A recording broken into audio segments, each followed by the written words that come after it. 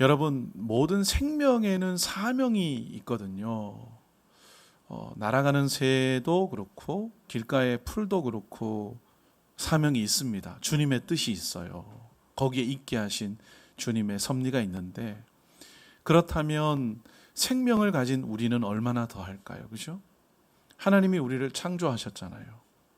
게다가 여러분은 하나님께서 예수 그리스도 안에서 새 생명을 주셨잖아요. 거듭나게 하셨잖아요. 믿음을 주셨잖아요. 죄 사함의 은혜를 주셨잖아요.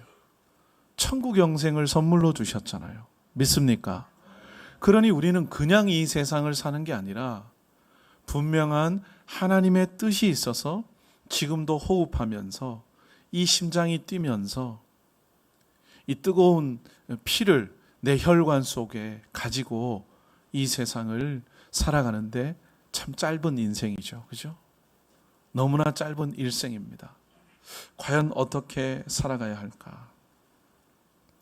참 중요한 말씀인데, 성도의 인생의 목적, 로마서 14장 7절 8절 한번 보겠습니다. 같이 봅니다. 시작.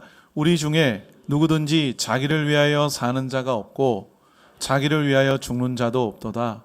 우리가 살아도 주를 위하여 살고 죽어도 주를 위하여 죽나니 그러므로 사나 죽으나 우리가 주의 것이로다. 아멘. 여러분, 진짜 고백 맞습니까? 나를 위해 살지 않고 나를 위해 죽지 않고 주님을 위해 살고 주님을 위해 죽어요. 왜냐? 나는 주님의 것이기 때문에. 주님께서 십자가 보혈로 교회를, 바로 성도들 여러분을 그 보혈로 값주고 사신 줄로 믿습니다. 그러니까 나는 내게 아니에요. 우리는 누구 거예요? 주님의 것입니다. 그러므로 사나 죽으나 주를 위해 살고 죽는 것도 죽음으로써도 주님께 영광된 그런 우리의 일생이 될 수 있기를 소망합니다. 올해도 벌써 7월 말까지 왔어요. 인생이 날아가요. 나는 어떻게 살아야 할까? 이 질문을 하나님 중심으로 바꿔볼게요. 하나님께서 나를 어떻게 쓰실까? 내 삶의 주인 되신 하나님께서 내 인생을 어떻게 사용하실까? 목사님, 사실 하나님이 쓰시는 거 쓰신다면 감사하지만 부담되는 것보다 저는 여유가 없는데요. 시간도 물질도 에너지도 없어요. 그냥 먹고 살기 바빠요. 이런 질문을 갖고 나오신 분 계신가요? 여러분에게 관점의 전환이 필요합니다.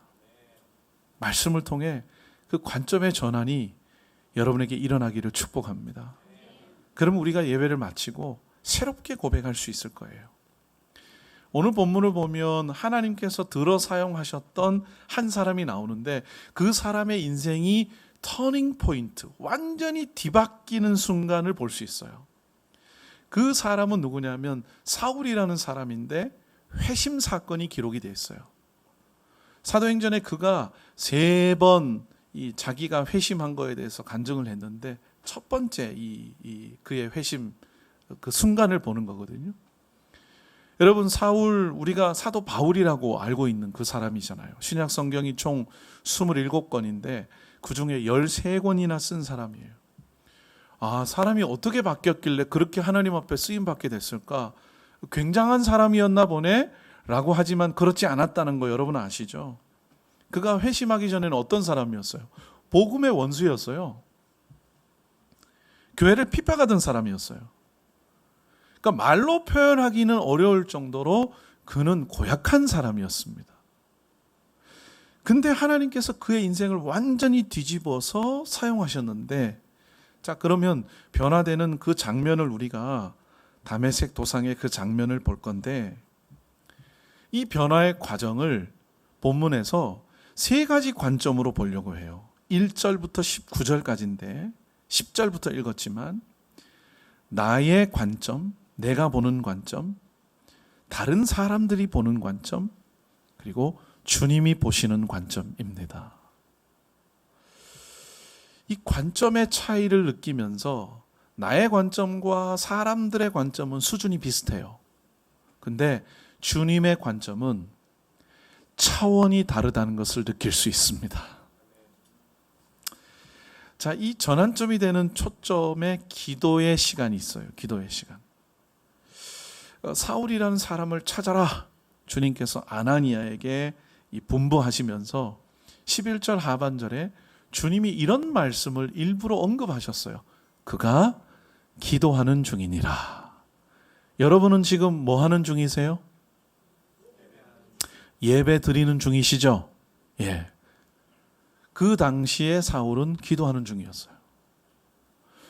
뭐 휴가 중, 부재 중, 회의 중, 식사 중, 우리가 삶 속에서 흔히 경험하는 그런 일들인데 기도하는 중. 여러분 일상 현장에서 기도하는 중 있으세요? 교회에 나와서 기도하는 거 말고 매일 있으세요? 기도하는 중인 사울, 기도의 자리에 앉아 있는 사울, 기도로 시간을 채우고 있는, 기도의 시간을 채우고 있는 사울. 자, 이것은 여러분 보시다시피 하나님께서 강권적으로 그로 하여금 기도의 자리에 앉히신 거예요. 그러면서 사울의 이 내면에서부터, 여러분 미국 가면 인앤아웃 버거 있죠.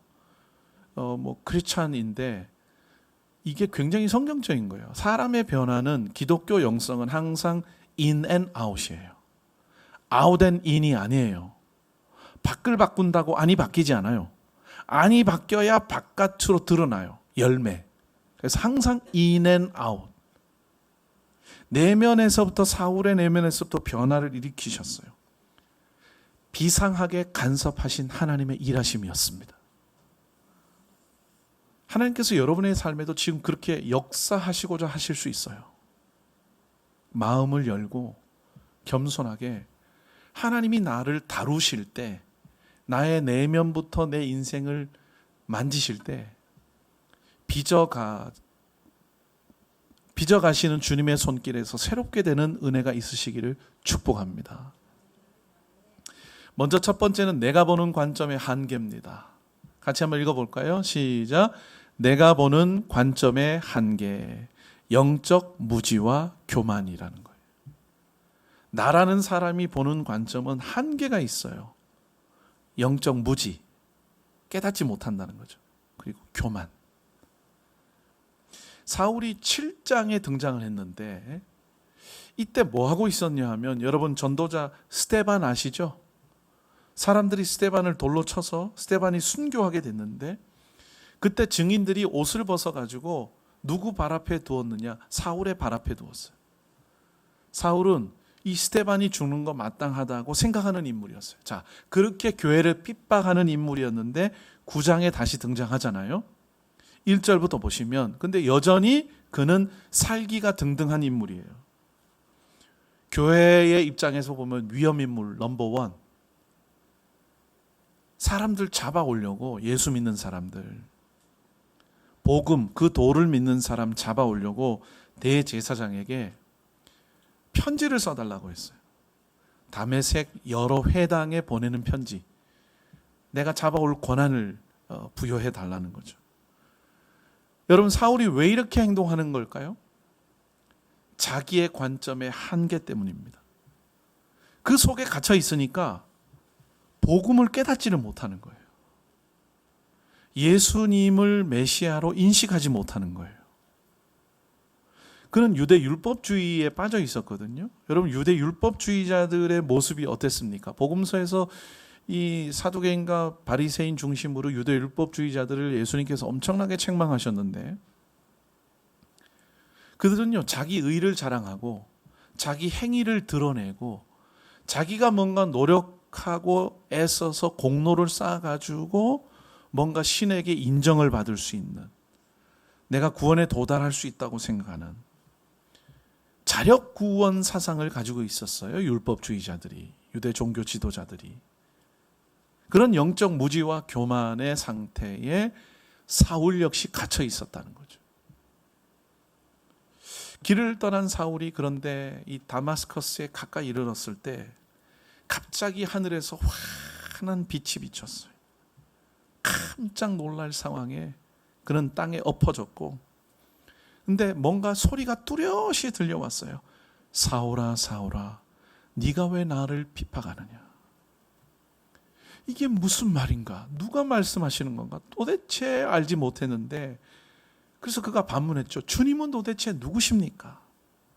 그때 다시 소리가 들려왔어요. 나는 네가 핍박하는 예수다.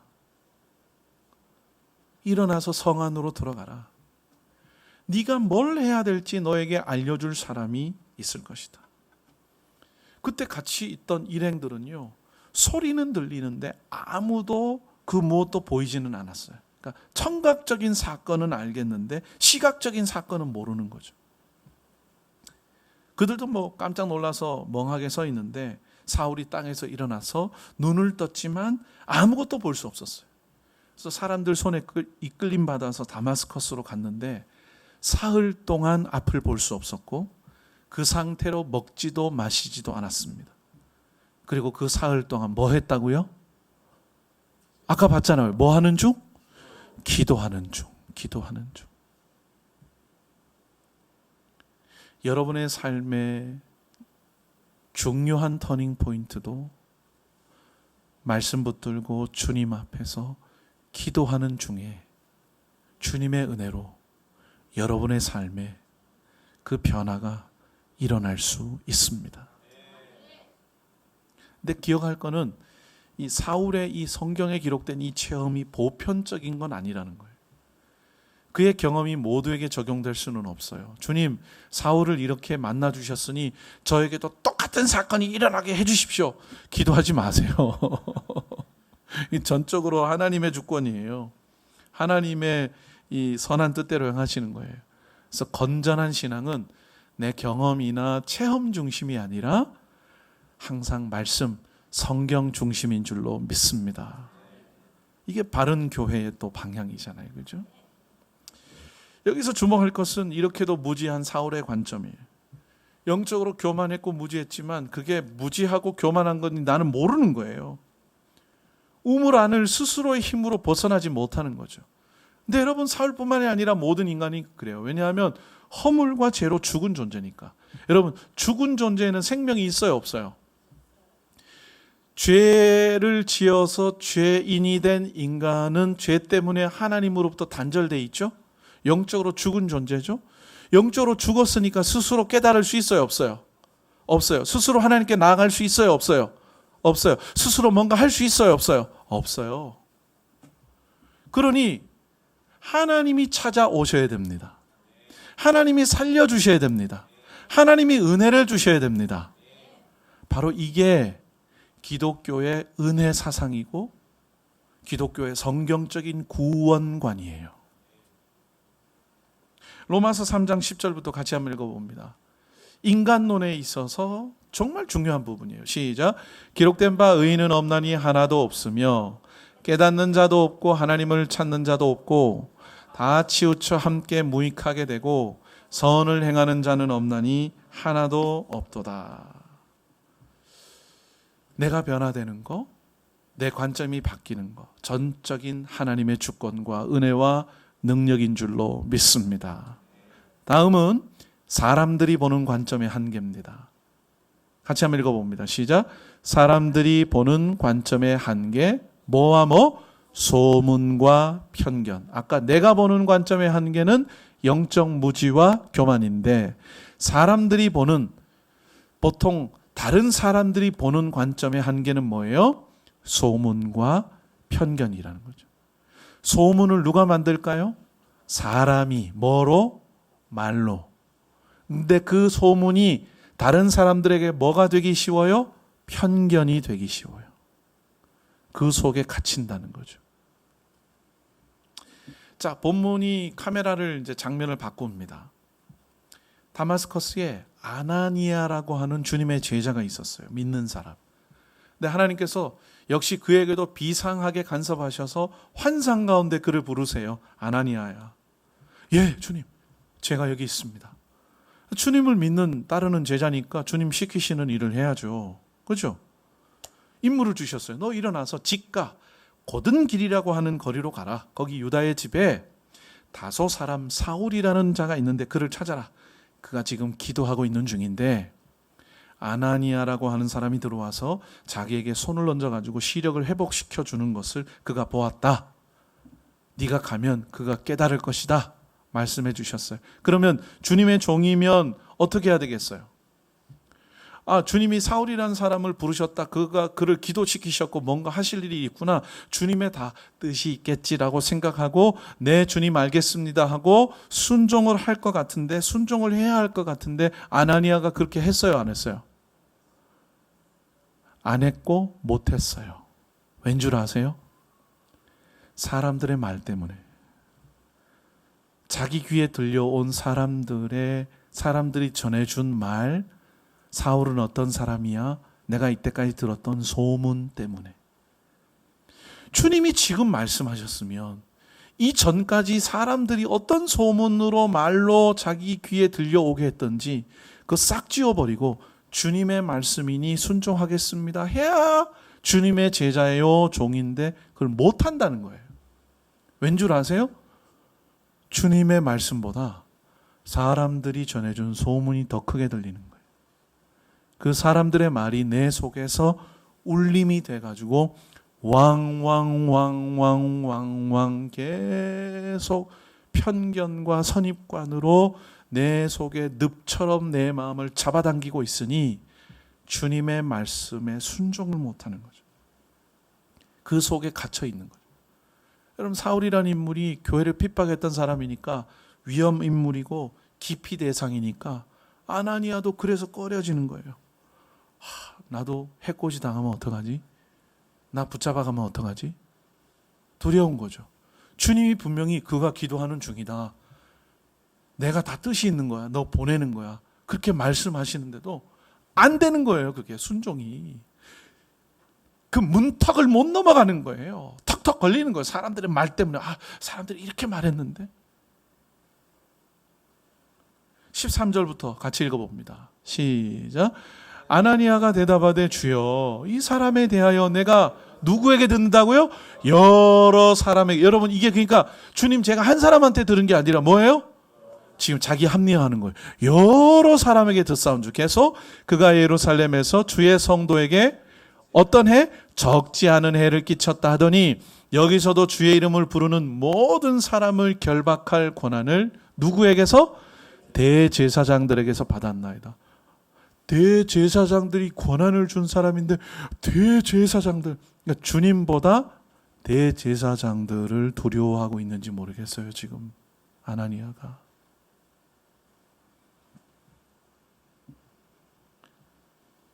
여러분의 아나니아의 이 심정이 느껴지세요? 주님, 저 솔직히 그 두려워요.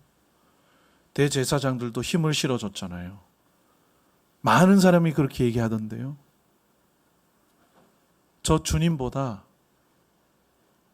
사울이 더 무서워요. 저 주님보다 대제사장이 더 무서워요. 이 말 아니에요?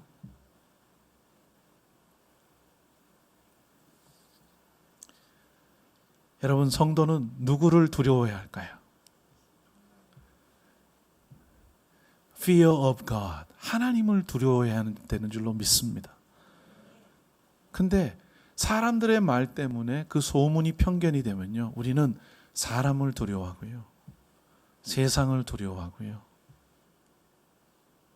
근데 그 사람은 사람이 태어나게도 못하고 죽게도 못하잖아요. 생명을 주시고 죽게 하시는 권한은 누구에게만 있어요? 하나님에게만 있는 줄로 믿습니다. 천지를 창조하는 권한도 하나님에게만 있는 줄로 믿습니다. 사람이 높아지고 낮아지는 것도 하나님에게만 있는 줄로 믿습니다. 사람이 죽고 사는 거, 복과 화가 오직 하나님에게만 있는 줄로 믿습니다.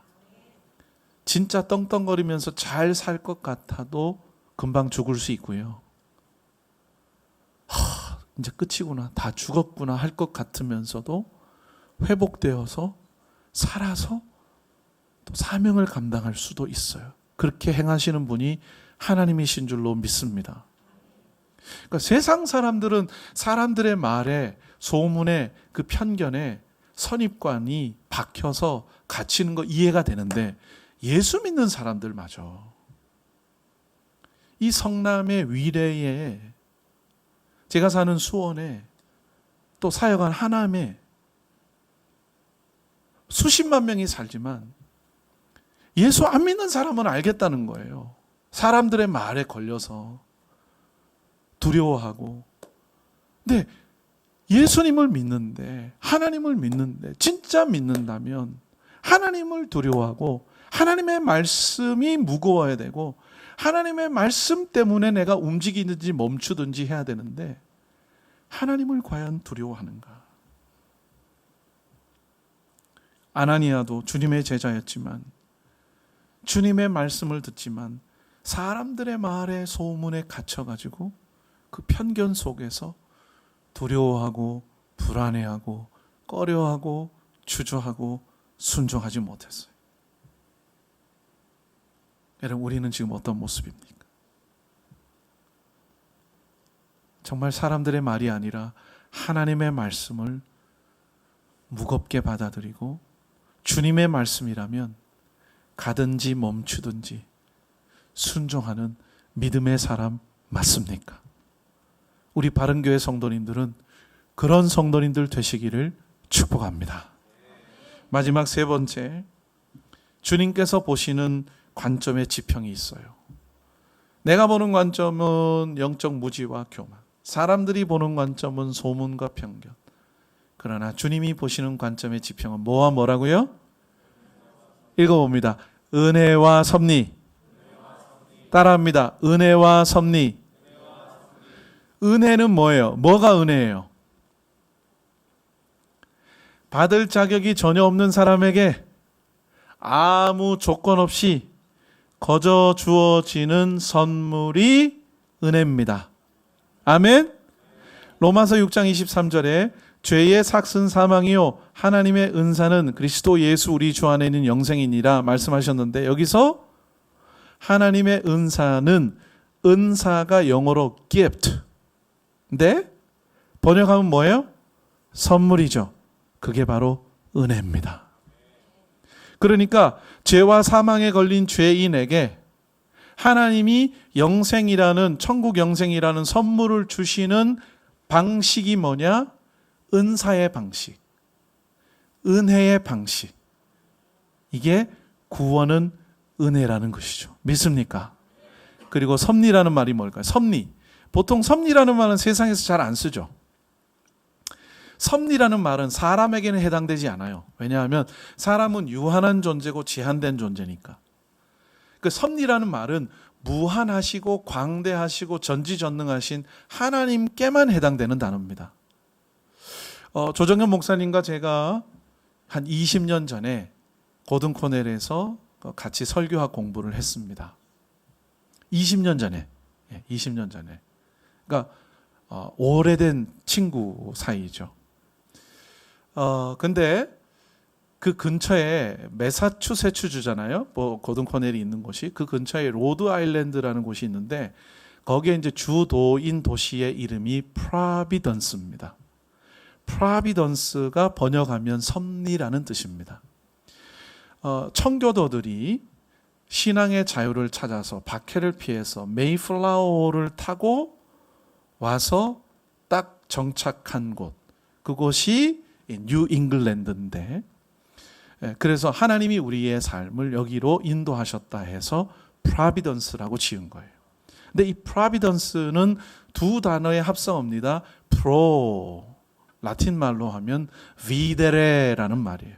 프로는 before라는 뜻입니다. 미리, 앞에서, 앞서서. 비데레, 여러분 조금 눈치채셨어요?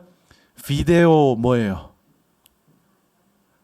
비전, 비데오 같은 어근이죠. 보다라는 거죠. 미리 앞서서 보는 것이 섭리입니다. 그러니까 이거는 사람은 할 수 없죠. 하나님만 하실 수 있습니다. 그게 섭리예요. 그러니까 기독교 신앙은 내 눈으로 보고 내 귀에 들리고 내가 이해되어서 믿고 따라가는 게 기독교 신앙이 아니에요. 기독교 신앙은 이 눈에 아무것도 안 보이고 내 귀에 아무것도 안 들리고 내 손에 아무것도 만져지지 않아도 섭리하시는, 미리 보시고 앞서서 행하시는 전지전능하신 하나님을 믿고 따라가는 것이 기독교 신앙의 토대인 줄로 믿습니다. 주님의 관점의 지평은 바로 그 은혜와 섭리라는 거예요.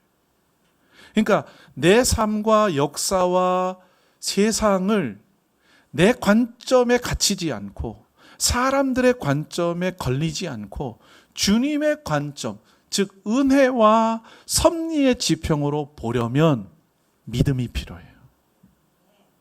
믿음도 주님이 주시는 선물이에요. 구원에 있어서 믿음은 거저 주시는 그 은혜의 구원을 내 것으로 받아들이는 보이지 않는 마음의 손이 믿음이거든요. 받아서 구원을 내 것으로 누리는 거죠. 삶의 모든 영역도 마찬가지. 주님을 믿고 전심으로 받아서 내가 누리는 거죠. 믿음. 여러분, 근데 왜 하필 사울이었을까요? 교회를 핍박하는 인물, 주님을 반대했던 인물, 그렇게 교회를 힘들게 했던 트러블 메이커. 세상 같으면 그냥 버려버리겠어. 이거 버린 카드야 이거. 뭐 저런 인간을 써. 그냥 낙인 찍고 그냥 버려버리고 그 인생 끝나는 거죠.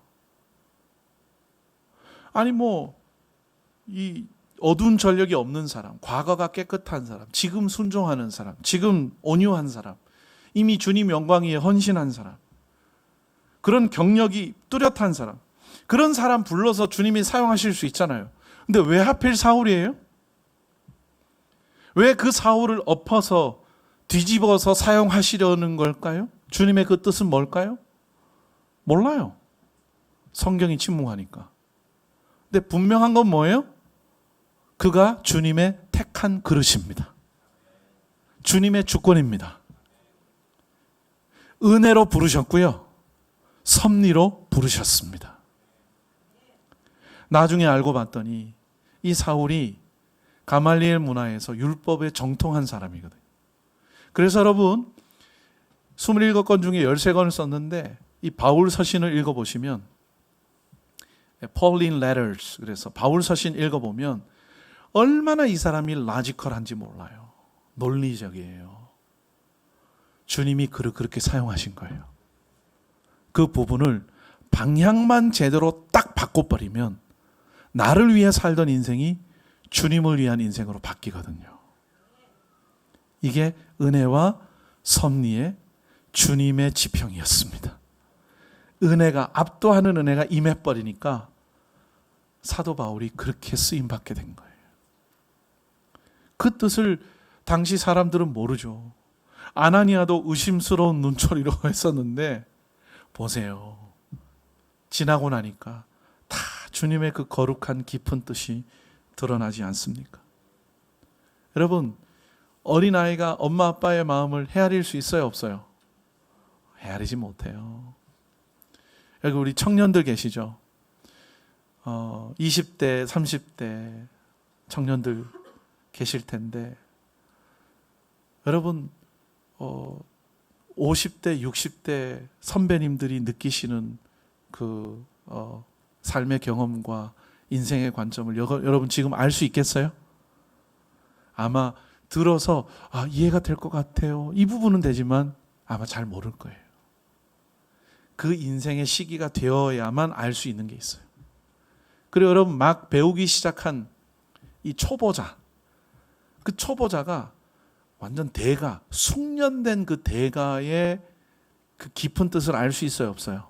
잘 몰라요. 그냥 내 일만 하면 되는 좁은 관점의 직원이 수천 명, 수만 명 거대한 조직을 이끌어가는 리더의 마음을 얼마나 알 수 있겠어요? 보는 관점 자체가 다르니까.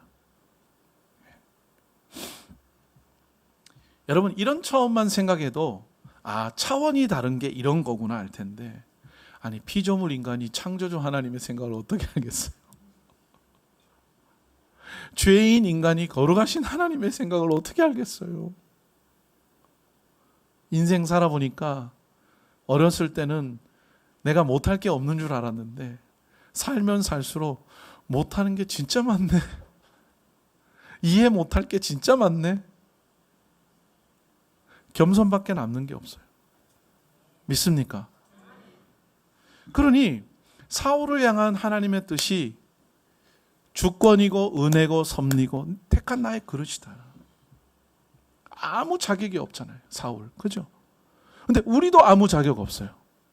사울같이 독한 인생도 바꿔서 쓰셨다면 누가 예외가 되겠어요? 주님의 은혜 앞에서.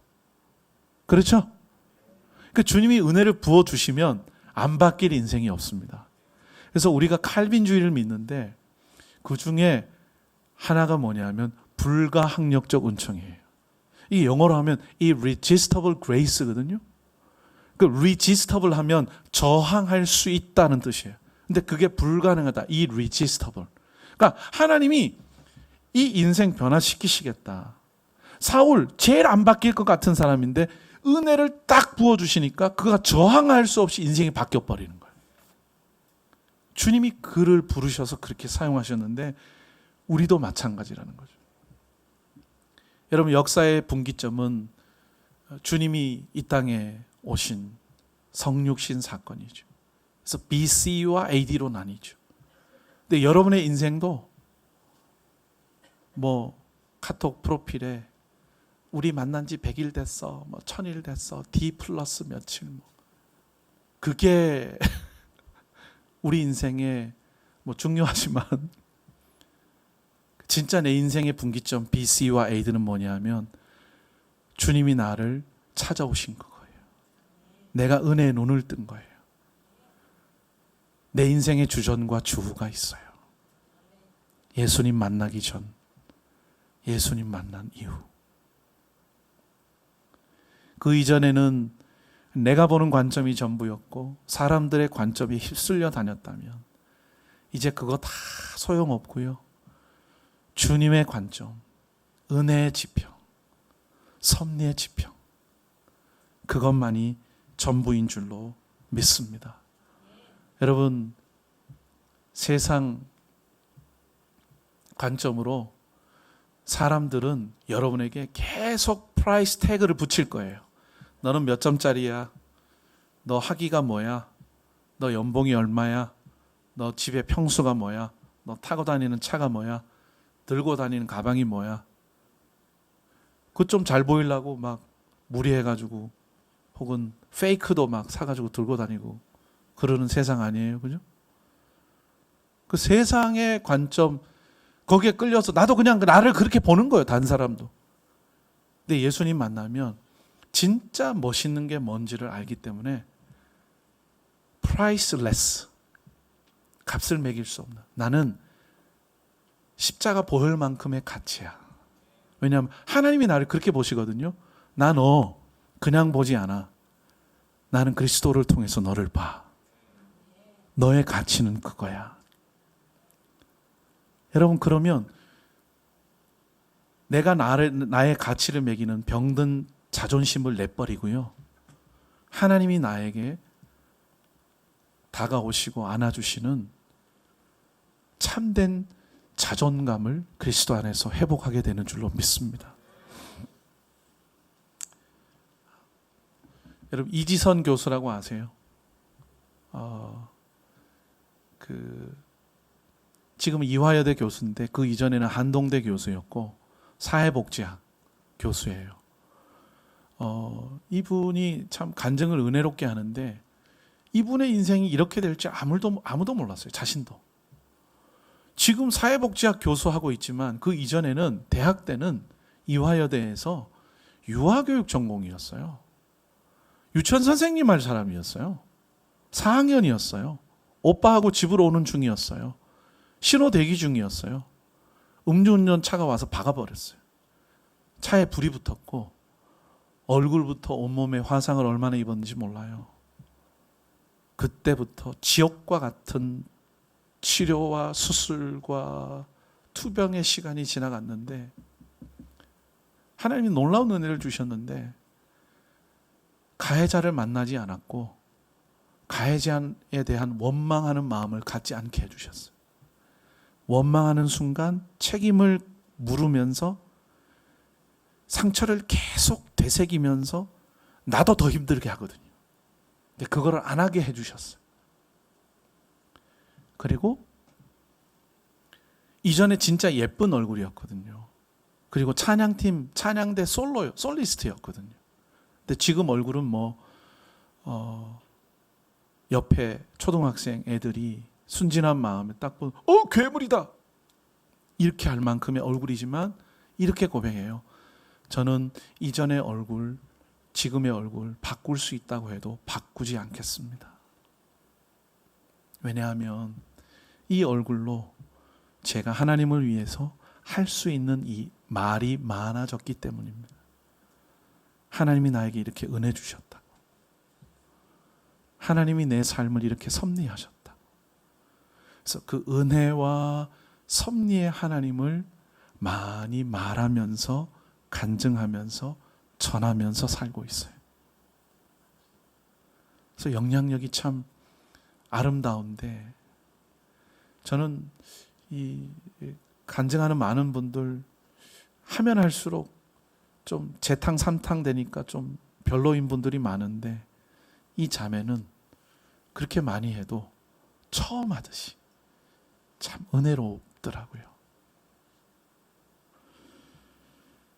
사랑하는 바른교회 성도 여러분, 오늘 저를 이곳에 하나님 보내셔서 여러분과 함께 이 사도행전 9장의 말씀 나누게 하셨는데 하나님께서 여러분에게 이렇게 도전하고 계세요. 사랑하는 아들, 딸들아, 네가 가진 관점에 갇히지 말고 사람들이 막 집어던지는 관점에 걸려 넘어지지 말고 내가 너를 어떻게 보는지, 내가 너의 인생을 어떻게 바라보는지, 내가 너의 상처도 아픔도 두려움도 불안도 트라우마도 내가 어떻게 다 버무려 가지고 합해서 선을 이루는지 너 나와 함께 좀 관점 교정해서 너 자신부터 좀 다르게 보고 너 배우자도 좀 다르게 보고 너 자녀들도 좀 다르게 보고 역사를 좀 나의 관점으로 해석하고 남은 인생, 세상 어떻게 보는지, 어떻게 해석하는지가 중요한데 다르게 보면 안 되겠니? 말씀하시는 주님 앞에 예 주님, 저의 시력을 고쳐주십시오. 주님의 관점으로 은혜에 눈뜨고 섭리에 순복하며 살겠습니다. 기도하시는 여러분 되시기를 축복합니다.